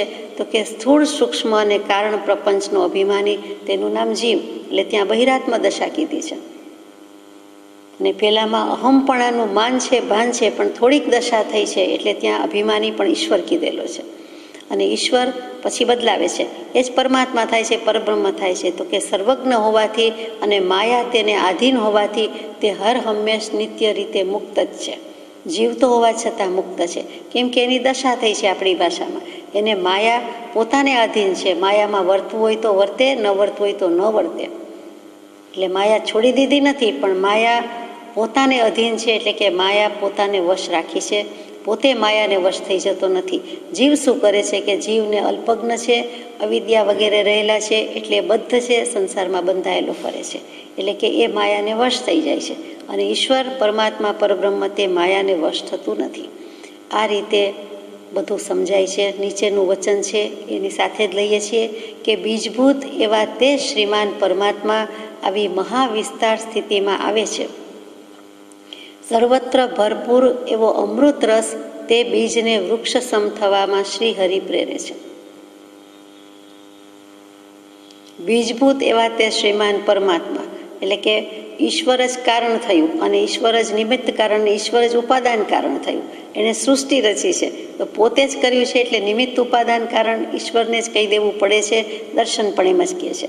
એવા બીજભૂત શ્રીમાન પરમાત્મા આવી મહાવિસ્તાર સ્થિતિમાં આવી છે. એટલે આટલો ફંફારો, આટલો પથારો, આટલું ફંફોસીને આટલું બધો જે ફેરફાર કરી નાખ્યો છે. વિસ્તાર એ જ પ્રસ્તાર, પ્રસ્તાર એ જ પ્રપંચ, પ્રપંચ એટલે જ 5 ઇન્દ્રિયના વિષયો. એના કારણે પ્રવર્તન, એના કારણે ફરી ફરી દેહ મળે, શરીર મળે, ઇન્દ્રિયો મળે, જન્મ મરણનું ચક્ર, વિષ ચક્ર ચાલ્યા કરે છે. એટલે જે વેદાંત દર્શન પ્રપંચ કહે છે, હું નિરંતર પ્રપંચમાં પડ્યો છું. તો કૃપાળદેવે ક્ષમાપનામાં બોલાવ્યું કે નિરંતર પ્રપંચમાં પડ્યો છું. એટલે કંઈ પ્રપંચ એટલે છળકપટ માયા હોય, સમય સમયે થોડા કરીએ, નિરંતર થોડા કરીએ. તો કે કરીએ છીએ, આત્માને છુપાવીને બેઠા છીએ એટલે પ્રપંચ છે. પોતે આત્મા સ્વરૂપ ને પોતે આત્માને ભૂલી જાય, આત્મા સિવાયનું બધું જાણ કરે તો એ પ્રપંચ છે. વળી બીજો અર્થ એમ થાય કે પ્ર વત્તા પંચ, 5 ઇન્દ્રિયના વિષયમાં જ ગુલતાન છીએ, મશગુલ છીએ, તો તેને કારણે હું નિરંતર એમાં જ પડ્યો છું એમ ક્ષમાપનામાં બોલાવે. એ જ પ્રપંચ, એ જ વિસ્તાર, એ જ પ્રસ્તાર, એ જ પધારો, તે જ આ વિશાળ જગત, સમસ્ત સૃષ્ટિ, અને તે અહીંયા કહે છે કે આ બી મહાવિસ્તાર સ્થિતિમાં આવે છે. તે શ્રીમાન પરમાત્મા ઈશ્વર કારણરૂપ થયો, ઈશ્વર પરિણામરૂપ થયો, અને તેના કારણે આ જગત રચાયું. સર્વત્ર ભરપૂર એવો અમૃત રસ તે બીજને વૃક્ષ સમ થવામાં શ્રી હરિ પ્રેરે છે. એ બીજને વૃક્ષ થવામાં શ્રી હરિ પ્રેરે છે. એવો અમૃત રસ શું છે? તો કે આ જગત ઉત્પન્ન કરનાર ઈશ્વર છે. તેનું કારણ ગીતાજીમાં આપે છે. કારણ તો બહુ નહીં કહેવાય, પણ લખે છે, સાબિત કરે છે કે હે ઈશ્વર, તમારાથી જ પ્રાણીઓની ઉત્પત્તિ છે અને તમારાથી જ પ્રાણીઓનો લય થાય છે. ગીતાજીમાં શ્રી કૃષ્ણજી અર્જુનજીને એમ કહે, એ કેવું કહેવાય કે હે ઈશ્વર, તમારામાંથી જ શબ્દ છે. સંસ્કૃતમાં વાંચીએ તો ભવા અપી અયૌ હિ ભૂતાના, ભવાપ્યયૌ સંધિ થઈ ગઈ, તો કે આપનામાંથી ભવત, આપ ભવત શબ્દ છે, અને એમાંથી જ આ ભૂતો એટલે કે સર્વ પ્રાણી, ભૂત, જીવ, સત્વની ઉત્પત્તિ થઈ છે. ભગવાનમાંથી ઘેટા બકરા પ્રગટ થાય કે હાથી ઘોડા પ્રગટે કે જીવજંતુ પ્રગટે, કોઈ કાળે ગળે ન ઉતરે એવી વાત છે. તેમ છતાં સાબિત કરવાનો પ્રયત્ન કરે કે ઈશ્વર જ જગતને અને જીવને ઉત્પન્ન કરે છે. કેવી રીતે? તો એક દૃષ્ટાંત મૂક્યું છે કે જેમ વસ્ત્રમાં રહેલા ચિત્ર આદિ જોવામાં આવતા નથી, કોઈ એક કપડું હોય, ફેબ્રિક હોય અને પ્રિન્ટેડ હોય, પેટર્ન હોય, એમાં કંઈક ચિત્ર મૂક્યા હોય, દોર્યા હોય, ભર્યા હોય વગેરે, તો તે વસ્ત્રમાં સીધી રીતે જોવામાં આવતા નથી. કેમ કે તે વખતે તિરોહિત હતું, એટલે કે ગળી વાળીને મૂકેલું હોય તો તે વખતે આપણને દેખાય નહીં. એની અંદર હોવાથી ત્યાં સુધી આપણને દેખાતું નથી. વસ્તુ તો અંદર છે પણ તિરોહિત છે, ગુપ્ત છે. પણ વસ્ત્રને થોડું પોળું કરતાં તેમાં રહેલા ચિત્ર સ્પષ્ટ જોવામાં આવે છે. તેવી રીતે પહેલાં જગત સંકોચાઈને ઈશ્વરમાં લય પામીને રહ્યું હતું. હવે ઈશ્વરે પધારો કર્યો, સૃષ્ટિકાળમાં, સંસારકાળમાં રહેલા તે જગતને ઈશ્વર પ્રગટ કરે છે, એટલે સ્પષ્ટ જોવામાં આવે છે. એટલે આ પ્રગટ કરવાનું કારણ શું? મારા જેવા તો પૂછે કે પ્રગટ શું કામ ઈશ્વરે કર્યું? તો કે ઈચ્છા થઈ. ઈચ્છા થઈ એ તો એકમાંથી અનેક થવાની થઈ, પણ પ્રગટ શું કામ કર્યું? તો કે બધા બીજા પ્રાણીઓ હતા તેના કર્મ, એટલે કે જીવોના કર્મ જ કારણભૂત છે. તો જીવોના કર્મ જ કારણભૂત છે એટલે જીવોનું અસ્તિત્વ તો હતું જ, અને કર્મ હતા એટલે એને પૂર્વે કંઈક અસ્તિત્વ હતું ત્યારે જ બાંધ્યા હોય ને, શુભાશુભ ભાવ થયા હોય ને, એ કેવી રીતે બેસે? તેમ છતાં એમ કહે છે કે પ્રગટ થવાનું કારણ, પ્રગટ કરવાનું કારણ પ્રાણીઓના કર્મ જ નિમિત્તભૂત છે. જેમ ઘડી કરેલું વસ્ત્ર પોતાનામાં રહેલા હાથી ઘોડા વગેરે ચિત્રોને પોતાનામાં લીન કરે છે, એટલે કે ઘડી વાળીને બંધ કરી દે છે, ડબો ડબ્બી બંધ થઈ જાય છે, તેમ ઘડી વાળી દીધી, ફોલ્ડ કરી દીધું, તેમ ઈશ્વર પણ સર્વ જગતને પોતાનામાં લીન કરે છે, વ્યય કરી નાખે છે. તેમ કરવાનું કારણ શું? તો કે પ્રાણીના કર્મનો ક્ષય જ કારણભૂત છે. કે પ્રાણીઓ, જીવો બધા કર્મક્ષય કરતા ગયા, એટલે પછી જગત તિરોભાવ પામે છે અને લય પામે છે. એટલે જે આવિર્ભાવ પામતી શક્તિ અને તિરોભાવ પામતી શક્તિ, એ બંને શક્તિઓ પ્રચરે છે, પ્રચાર પામે છે, વપરાય છે, ઉપયોગ થાય છે. એમ જે ગઈકાલે વાત હતી તેનું અનુસંધાન છે કે આ બે શક્તિને કારણે ઈશ્વર, એમાંથી આ કારણ એટલે નિમિત્ત કારણે પોતે પોતાને કહે છે, ઉપાદાન કારણ પણ પોતે પોતાને કહે છે. આપણે આપણી ભાષામાં સમજીએ છીએ આપણી શૈલીથી કે પ્રાણીઓના કર્મને નિમિત્ત કીધું અને પ્રાણીઓના કર્મના ક્ષયને પાછું બીજું નિમિત્ત કીધું, એક આવિર્ભાવ માટે અને એક તિરોભાવ માટે. પણ પોતે તો ઈશ્વરને જ નિમિત્ત ઉપાદાન કારણ બંને કહે છે. એ વિચારવા જેવું છે. જેમ દિવસે દેખાય છે અને રાત્રે દેખાતું નથી, જેમ આંખ ખુલ્લી રાખીએ તો દેખાય છે, આંખ બંધ રાખીએ તો દેખાતું નથી, અને જેમ મનોરાજ્ય હોય તો નિત નવા સંકલ્પ ક્ષણે ક્ષણે કર્યા કરે છે, અને નિર્વિકલ્પતા હોય તો એક પણ વિકલ્પ કરી શકતો નથી. તેમજ આવિર્ભાવમાં પ્રગટ થયા કરે છે, તિરોભાવમાં લય કર્યા કરે છે. તે વખતે જગત જોવામાં આવતું નથી. એટલે કે આવિર્ભાવ થયા કરે છે ત્યારે જગત જોવામાં આવે છે, અને તિરોભાવ કરે છે ત્યારે જગત જોવામાં આવતું નથી. આપને પ્રશ્ન હોય કે નહીં? આપણને થાય એવો તો છે કે ઈશ્વર ચેતન અને અચેતન બંનેનું કારણ કેવી રીતે હોય? ઈશ્વરને કારણ તો માન્યું ઘડી પર જરાક વાર સમજવા માટે, એમનું સાંભળી લઈએ એ પક્ષનું, એટલે પણ પછી ચેતન એમાંથી ઉત્પન્ન થાય અને અચેતન જડવસ્તુ એમાંથી કેવી રીતે ઉત્પન્ન થાય? બંનેનું કારણ શી રીતે? તો પછી જવાબ આપે છે, કારણ કે એની સામે પ્રતિપક્ષી તો હોય જ ને, ઓપોઝિટ પાર્ટી તો ઓલવેઝ હોય, એટલે પછી રૂલિંગ પાર્ટી રૂલ કરી જાય ન ચાલે, વિરોધ પક્ષનો પ્રશ્ન છે એટલે ચકચાર જગાવે છે. ખરેખર દાર્શનિકોએ ઘણી બધી એમાં કડાકૂટ કરી છે અને કરવી પડે એવું જ છે. તો કહે છે કે તમે કારણ કોને કહો છો, આરંભક કારણ કહો છો કે પરિણામી કારણ કહો છો? અમારે આરંભક કારણમાં પરિણામી કારણમાં રસ નથી. ઈશ્વરને જગતનું આરંભક કારણ અમે કહેતા નથી અને અમે પરિણામી કારણ પણ કહેતા નથી. તો ઈશ્વરને જળચેતન બંનેનું કારણ કહો છો શું? તો કે અમે એને એક નવું નામ આપીએ છીએ, વિવર્ત કારણ કહીએ છીએ. વિવર્ત એટલે આપણે જેને ફેરફાર, વિકાર, પર્યાય, પરિવર્તન કહીએ છીએ તે વિવર્ત. એટલે વિવર્ત કારણ ઉપર વિવર્તવાદ આખો એક ઊભો થયો. બ્રહ્મવાદ એ વિવર્તવાદ છે. શંકરાચાર્યજીએ ઘણું બધું લખ્યું છે, એના ઉપર તો આખો આધાર છે. તો વિવર્ત એટલે શું? તો કે સ્વ સ્વરૂપનો ત્યાગ ન કરતા અન્ય પદાર્થ રૂપે ભાસવું તેનું નામ વિવર્તવાદ. સ્વ સ્વરૂપનો ત્યાગ કોઈ કરતું નથી, સ્વરૂપ અન્યથા થતું નથી, એ તો જીનાગમની વાત આવી. અને અન્ય પદાર્થ રૂપે ભાસવું તેનું નામ વિવર્તવાદ. દોરડું અને સાપ, તો દોરડામાં સાપની ભ્રાંતિ થાય છે, છીપલું એમાં રૂપલું દેખાય છે, છીપમાં રૂપું દેખાય, ચાંદી દેખાય છે. તેમ ઈશ્વર પોતાના સ્વરૂપનો ત્યાગ કરતો નથી, પણ વિકારી કે અવિકારી ભાવને ન પામતા માત્ર જગત રૂપે ભાસે છે, તેથી તેને વિવર્ત કારણ કહ્યું જાય છે. એટલે આપણે દ્રવ્ય ગુણ પર્યાયના કોન્સેપ્ટથી સમજી શકીએ કે શુદ્ધ દ્રવ્ય જ છે, આત્માને કાંઈ થતું નથી, લેપાતો નથી, બધું જાણે પર્યાયમાં થયા કરે છે અને પછી પર્યાયમાં જ બંધ અને મોક્ષની વ્યવસ્થા સમજાય છે. આત્માને ખરેખર કંઈ આત્મપ્રદેશ ઘસાતો નથી અને બંધ કેવી રીતે છે, પણ છતાંય આપણે બંધના પ્રકાર મૂકેલા છે કે પ્રકૃતિ, પ્રદેશ, સ્થિતિ, અનુભાગ, કારમણ, વર્ગણા બધી ગ્રહણ કરે છે અને એ રીતે આત્મા બંધાય છે. પણ શુદ્ધ નિશ્ચયની દૃષ્ટિથી તો આત્મા કદી બંધાતો નથી, શુદ્ધ છે. આત્મા સદા અસંગને કરે પ્રકૃતિ બંધ. એ સાંખ્ય દર્શન પ્રકૃતિને કહે, વેદાંત આ રીતે કહે છે, જ્યારે આપણે એમ કહી દઈએ છીએ કે પર્યાયમાં થાય છે. આટલો ફરક. એ શબ્દ પર્યાય અને ઉપયોગ જીનાગમ સિવાય ત્યાં નથી, એટલે આ બધો પ્રોબ્લેમ થાય છે એમ આપણને લાગે. આપણે આ રીતે સમજી શકીએ કે ટૂંકમાં ઈશ્વર જડતારૂપ ઉપાધિના અંશથી અચેતનનો હેતુ થાય છે, એટલે કે જળ બનાવે છે. ફરીથી ઈશ્વર કેવી રીતે બનાવે છે? તો કે જડતારૂપ ઉપાધિના અંશથી, એટલે કે સામે જળ વસ્તુ છે એટલે બનાવી નથી, બનાવવાની છે. તો કે જડતારૂપ ઉપાધિને ગ્રહણ કરે છે, ઉપાધિના અંશને ગ્રહણ કરે છે, તે પ્રકારે જળચેતું બનાવે છે, જળચેતનમાં જળ વસ્તુ બનાવે છે. અને ચિદાભાસ રૂપ અંશ ગ્રહણ કરે તો જીવને બનાવે છે, જીવનું કારણ થાય છે. ચિદાભાસ આત્માની વાત લીધી. ચૈતન્યનો અંશ રાખે તો ચૈતન્ય બનાવે છે, જળનો અંશ રાખે તો જળ બનાવે છે. આ શું કલર છે કે બ્લેક નાખે તો બ્લેક થાય ને વ્હાઈટ નાખે તો વ્હાઈટ થાય ને રેડ નાખે તો રેડ થાય. પણ તેમ છતાં આવી રીતે કહે છે. પણ જ્યાં વિવર્ત કહી દીધું ત્યાં આપણને થોડુંક સમાધાન થાય કે વિકાર, ફેરફાર, પર્યાય, વિભાવ દશા તે રીતે થાય છે, બાકી કોઈ રીતે નહીં. પછી અધ્યાસ અને આરોપથી, ભ્રમથી બધું સમજાવે છે, એ આપણે લેતા નથી કે તે રીતે કારણ રૂપે બધું સમજાય છે.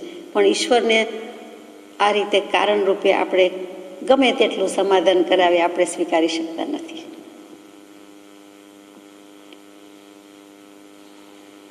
બીજા પણ ધુરંધર આચાર્ય થયા. તો ઉપનિષદમાં શાંડિલ્ય અને અથર્વ, એમાં શાંડિલ્ય શિષ્ય રૂપે છે, અથર્વા ભગવાન રૂપે છે. એને પૂછે છે કે જે પરબ્રહ્મ એક જ છે, હવે પરબ્રહ્મ એટલે પરમાત્મા, થોડી વાર હવે ઈશ્વર ભૂલી જવાનું છે. તો જે પરબ્રહ્મ પરમાત્મા એક છે, અક્ષર છે એટલે કે બ્રહ્મ છે, ક્રિયારહિત છે, મંગળ સ્વરૂપ છે, માત્ર સત્તારૂપ છે, તેનાથી આ વિશ્વ ઉત્પન્ન થાય કેવી રીતે? આપણા વતી પૂછેલું છે. કેવી રીતે સ્થિતિ કરે છે? ઉત્પન્ન કેવી રીતે થાય, સ્થિતિ કેવી રીતે કરે, લય કેવી રીતે પામે છે? અથર્વા ભગવાન જવાબ આપે છે કે હે શાંડિલ્ય શિષ્ય, પરબ્રહ્મ ક્રિયારહિત છે, અક્ષર છે, એની ના નથી. એટલે કે પરબ્રહ્મ બ્રહ્મ છે, અજર અમર અવિનાશી છે, આત્મા જ આપણે ગણીએ, શુદ્ધાત્મા ગણીએ. ક્રિયારહિત છે એટલે અસંગ, એટલે છેક 14મા ગુણસ્થાનવાળા કે સિદ્ધાત્મા થઈ ગયા, એ બધું બરોબર. પણ તે પરબ્રહ્મના 3 સ્વરૂપ છે, 3 ભેદ પાડી દીધા. સકલ, નિષ્કલ અને સકલ નિષ્કલ. સહયોગીને અયોગી જીન કહીએ તેમ અહીંયા આવા રૂપ પાડી દીધા, પ્રકાર પાડી દીધા. એમાં પેલું નિષ્કલ રૂપ છે, ત્યાંથી સમજાવે છે. નિષ્કલ એટલે જાણે કોઈ કળા કરવાની નથી, કોઈ ક્રિયા નથી, અસંગત છે. બધું જ એક વખત હતું પણ હવે નથી, તે નિષ્કલ કહીએ છીએ. બધું જ આત્માને સત્તા પ્રાપ્ત થઈ ગઈ, શક્તિ પ્રાપ્ત થઈ ગઈ, નિષ્પન્ન યોગી થઈ ગયા. હવે બાકી કાંઈ કરવાનું રહ્યું નથી, તે નિષ્કલ રૂપ છે. તે કેવું છે કે જે સત્ય છે, વિજ્ઞાન છે, આનંદ છે, ક્રિયા શૂન્ય છે, નિરંજન છે, સર્વવ્યાપી છે, અત્યંત સૂક્ષ્મ છે અને સર્વ તરફ મુખવાળું બતાવવું અશક્ય છે અને છતાં અમર છે. એક એક વિશેષણ તોડીને મૂકેલા છે અને તોડી ફોડી નાખી દેવા છે. જે સત સ્વરૂપ છે, સત્ય સ્વરૂપ છે, વિજ્ઞાન સ્વરૂપ છે. કેવલ જ્ઞાન હોવાથી બીજું કાંઈ રહેતું નથી. આનંદ પરિપૂર્ણ આનંદ છે, એકલો આનંદ તો શોભતુંય નથી. ક્રિયા શૂન્ય, કોઈ જ ક્રિયા કરવાનું બાકી રહેતું નથી, કાંઈ જ નથી. અને નિરંજન એટલે કોઈ જ કર્મ કશાય કાલીમાં જેને આંજી શકતું નથી, પ્રભાવ પાડી શકતું નથી, એટલે કે સિદ્ધ પરમાત્માની દશા થઈ ગઈ છે. સર્વવ્યાપી છે, 14 રાજલોકમાં તેમનું જ્ઞાન વ્યાપેલું છે, ઘનીભૂત છે, અત્યંત સૂક્ષ્મ છે. એટલે ત્યાં અવગાહનાની રીતે ભેદ દેખાય, પણ આવડું મોટું વિશ્વ એમાં તો સૂક્ષ્મ જ કહેવાય ને, એટલે અત્યંત સૂક્ષ્મ એવું સ્વરૂપ છે.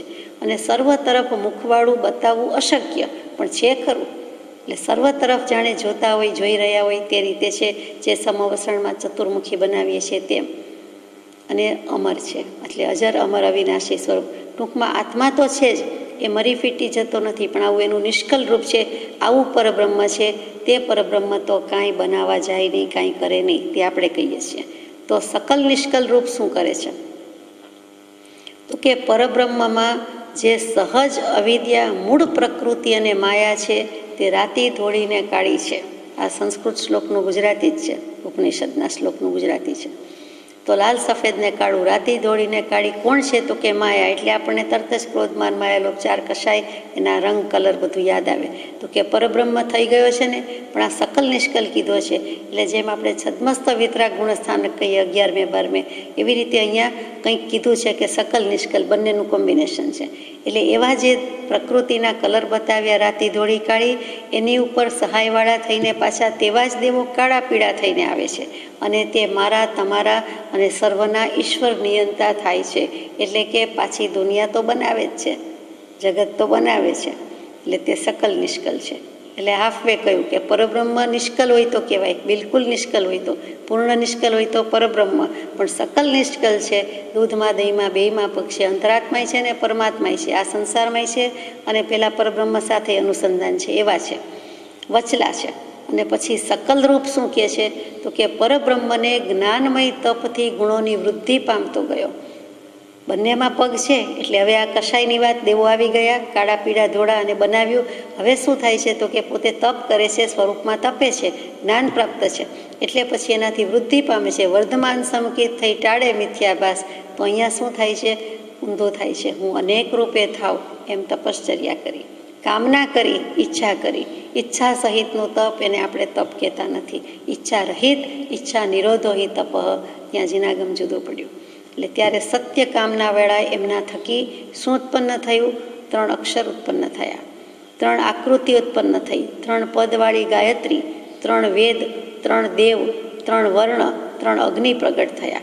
અને તે રીતે તે દેવ ભગવાન થઈ ગયા, સર્વ ઐશ્વર્યથી યુક્ત થઈ ગયા, સર્વવ્યાપી થયા, સર્વ પ્રાણીના હૃદયમાં રહ્યા અને માયાવીર થયા.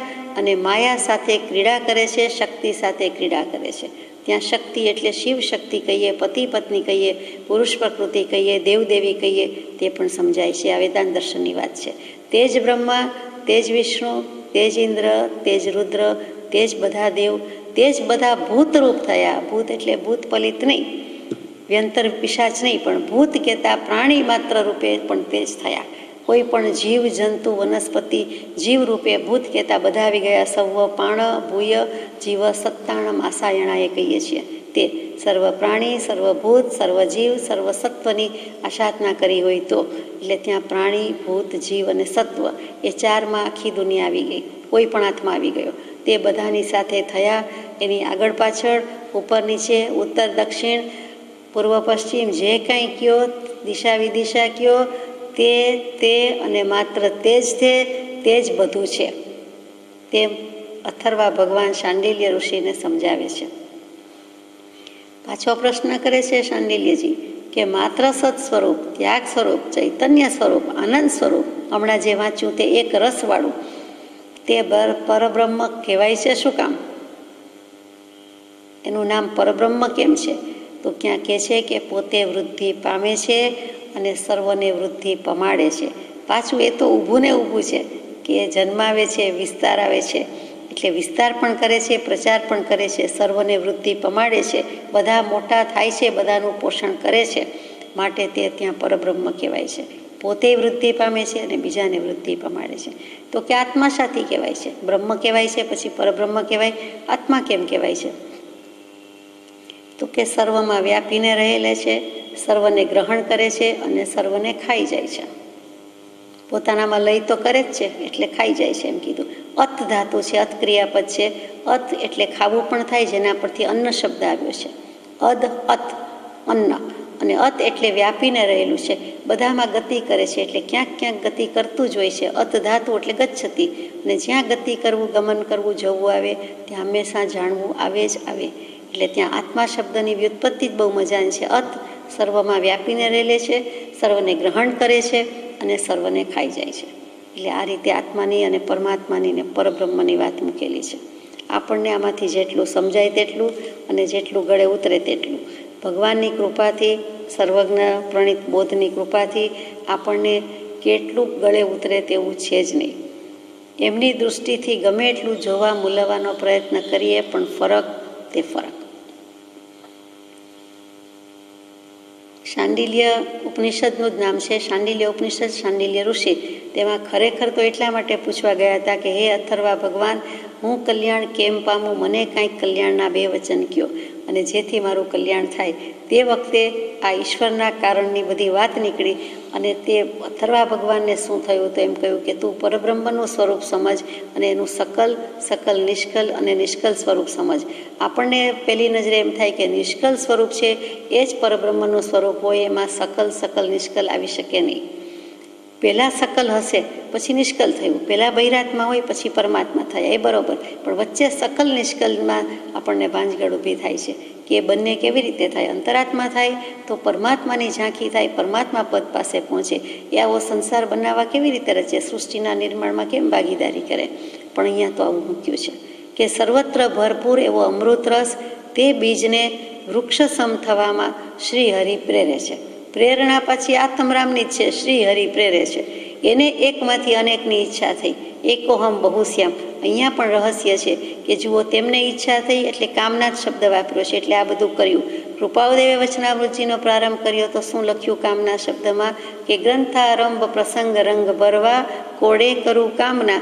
પછી કામનાના બધા જુદા જુદા અર્થ મૂક્યા છે. 4 વખત કામના શબ્દ યોજ્યો છે. તો એમણે ઈચ્છા રહિતપણે કર્યું છે, તે કામના જુદી છે, તે કામના જ કહી જતી નથી એમ કહીએ તો ચાલે. અને અહીંયા આ કામના શબ્દમાં જ જવાબ આવી જાય કે એનું કાંઈ કામ નથી, તેનું નામ કામના. કોઈ ઈચ્છા નથી, કામ નથી, તેનું નામ કામના. અહીંયા તો કામના, એટલે કે ખરેખર ઈચ્છા વાસના મૂકી છે અને આ પ્રમાણે સૃષ્ટિનું સર્જન કર્યું છે. બેમાં કેટલો ભેદ સ્પષ્ટ સમજાય છે.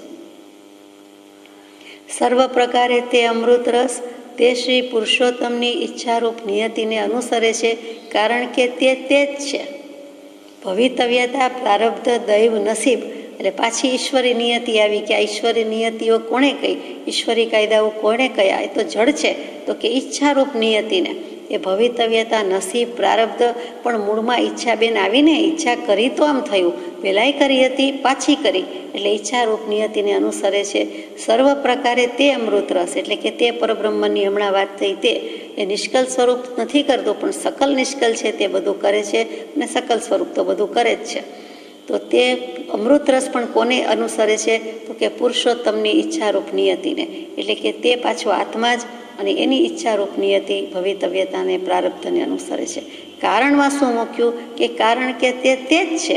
આપણે તે વસ્તુને એમ કહીએ કે વસ્તુ સ્થિતિ જ આવી છે, વસ્તુ સ્વરૂપ આવું છે, વસ્તુનો સ્વભાવ આવો છે, માટે આમ છે. તો અહીંયા એમ કહે છે કોઈ જવાબ નથી, બસ તેમ જ છે, કારણ કે તે જ છે. એટલે તે જ પોતે જ મૂળ કારણ છે, નિમિત્ત કારણ, પોતે જ ઉપાદાન કારણ છે, એમ કેવું છે.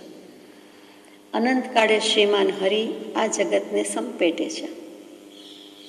આ તો કોઈ કાળે ગળે ઉતરે એ વાત નથી. અનંતકાળ છે, અનાદિકાળ છે. એ કોન્સેપ્ટ લખે છે ને પાછું એમ લખે છે કે શ્રીમાન હરિ આ જગતને સંપેટે છે એટલે સમેટે છે, આટોપે છે, સંકેલે છે અને છેલ્લે કેવું હોય તો પતાવે છે, એકઠું કરે છે. અને બધું જ સામાન એક જગ્યાએ સુટકેસમાં મૂકી દીધો એટલે પતાવી દીધો કે સુટકેસ પૂરતી જ જગ્યા રોકે, બીજે ક્યાંય આડો આવતો નથી. તો અનંતકાળે શ્રીમાન હરિ આ જગતને સંપેટે છે. આખું જગત સર્જન કર્યું, હવે સંપેટવાની વાત કે ઉત્પત્તિ પ્રથમ બંધ મોક્ષ કંઈ હતુંય નહીં અને અનંત લઈ પછી હશે પણ નહીં. સૃષ્ટિના સર્જન પહેલાં કાંઈ નહોતું, એક સત જ હતું એટલે સર્જન કર્યું અને અનંત લઈ પછી હશે પણ નહીં. એટલે કે એ લય પામી જવાનું, નાશ પામી જવાનું, પ્રલય થઈ જવાનું અને પોતાનામાં થઈ જવાનું, એ કાંઈ ગળે ઉતરે તેવું નથી, તેમ લખે છે. હરિ એમ ઈચ્છે જ છે કે એક એવો હું બહુરૂપે થવું અને તેમ હોય છે, બહુરૂપે હોવું અને તેમ હોય છે. એટલે કે એકોહમ બહુ શ્યામથી શરૂઆત કરી, એકોહમ બહુ શ્યામથી પૂરું કર્યું કે હું એક રૂપે હતો અને અનેક રૂપે થવું. તો બધાને પાછું લપેટમાં લે છે, સંપેટી લે છે.